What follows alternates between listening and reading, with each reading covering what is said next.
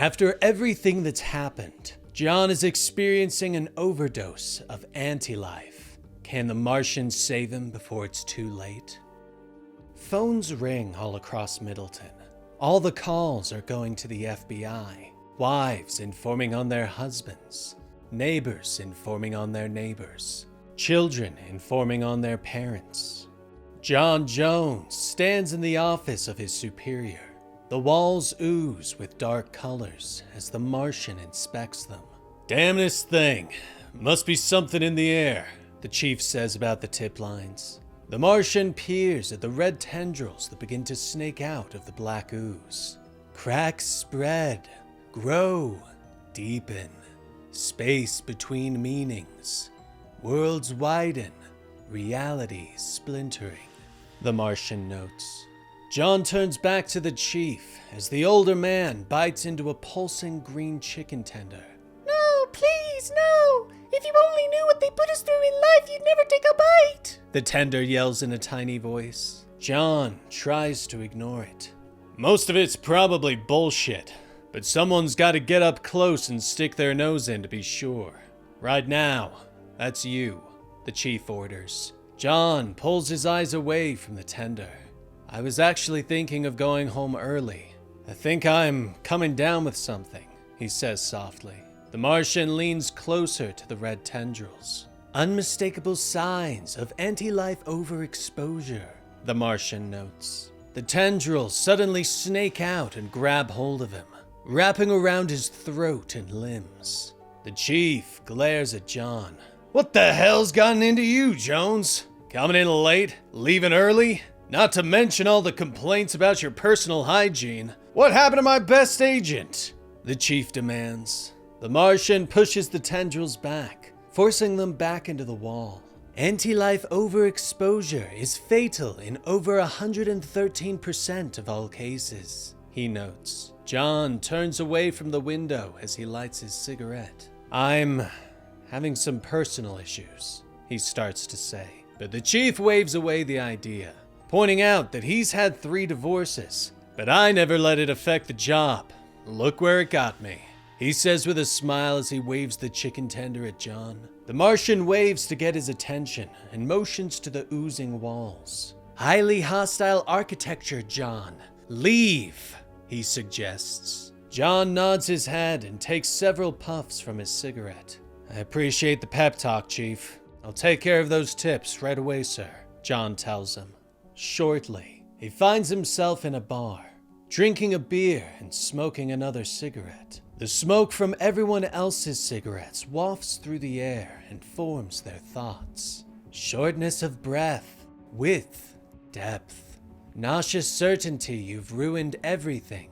Weight of galaxies crushing chest. If you are experiencing any of these symptoms, seek help from your local Martian, higher being, partner, the Martian suggests. John glances down and sees the Martian's face in his beer.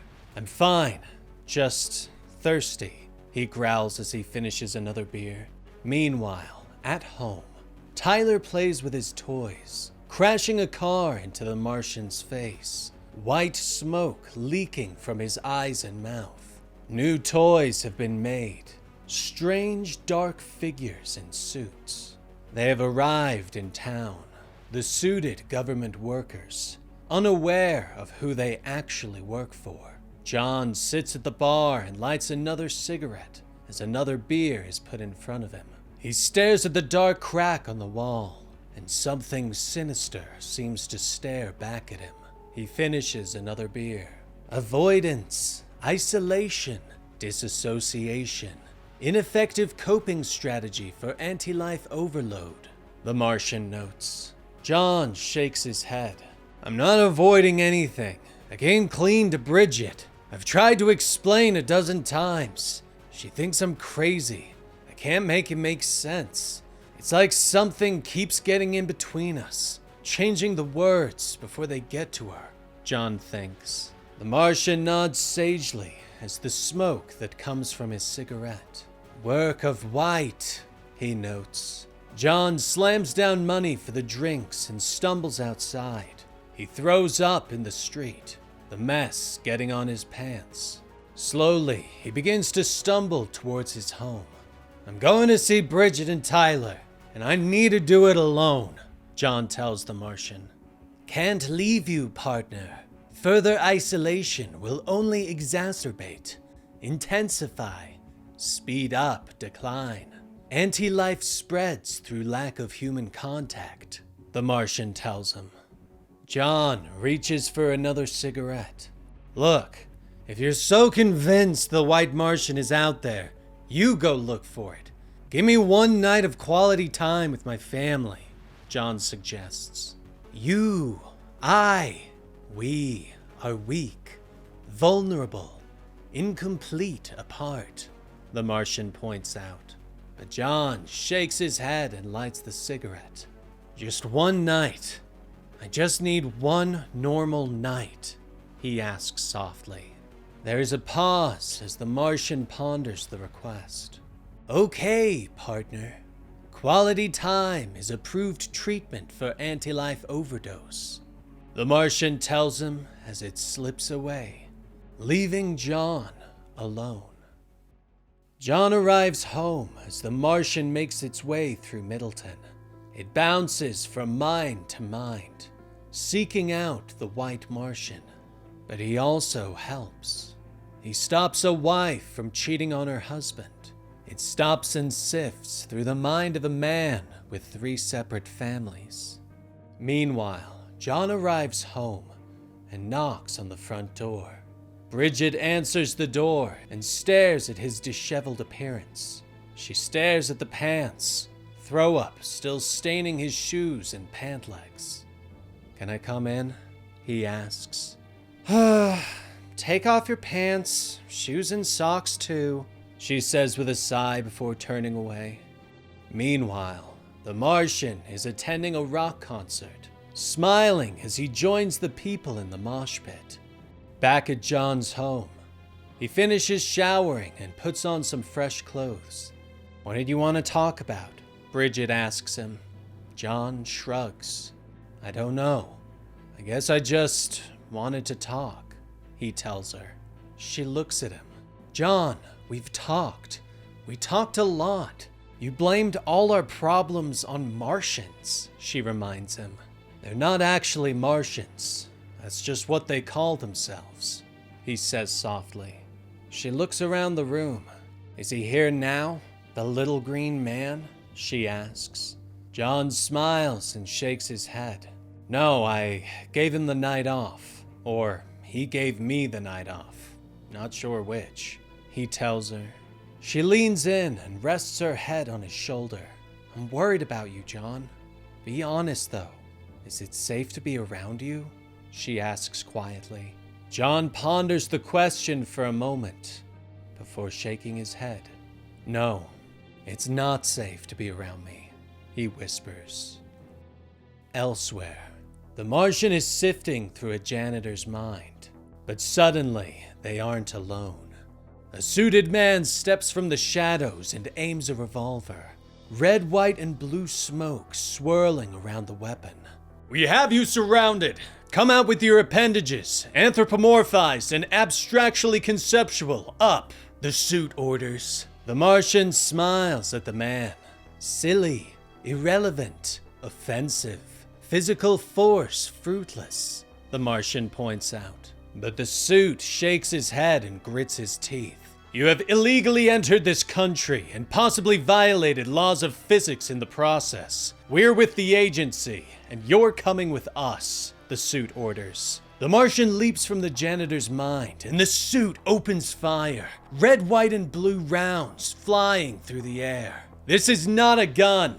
It's the idea of a gun. America's idea. It protects and destroys. All contradictions cohere in the gun. The suit shouts as he chases the Martian into the alley. The rounds bounce off the bricks around them, and the Martian leaps into the man's mind. Black and white, bolstered by belief. John, we are attacked, the Martian shouts. The suit drops to the ground and the Martian flees, trying to call out for his partner. but a sniper fires. The idea of the round ripping through the Martian's head, forcing him to explode in a swirl of abstract color. The man in the suit gets to his feet. "We need to contain it, now," he hisses as the others join him. The blonde in sunglasses nods. "On it, we'll call in the big guns," she says as she stares at the Martian. The Martian slowly takes form once more and opens his eyes. Above him stands Uncle Sam, asking for those watching and reading to connect the abstract dots and contain this menace to their country. The blonde smiles as the prison is formed. "Thank you for your service," she says to us. Later, John has returned to his motel. He sits in the dark and smokes his cigarette. Something steps from the shadows. Something large. Its body is inky black, and its eyes a bright green. "Rough night, buddy?" the creature asks as it places a hand on John's shoulder before taking a seat next to him on the bed. John glances at the monster. "Who are you?" he asks. The monster leans closer. "They call me Despair, the killer of hope. Despair, the blue. Despair, the empty. Despair, the zero. I'm your new partner," he says with an evil grin. And that was the complete story for Absolute Martian Manhunter, Issue 8 by Deniz Camp. This story has gotten even crazier, and I'd love to hear what you think about it in the comments down below. So, let me know, and like and subscribe to help out the channel. I'm Dan with Comicstorian, and we will see you next time.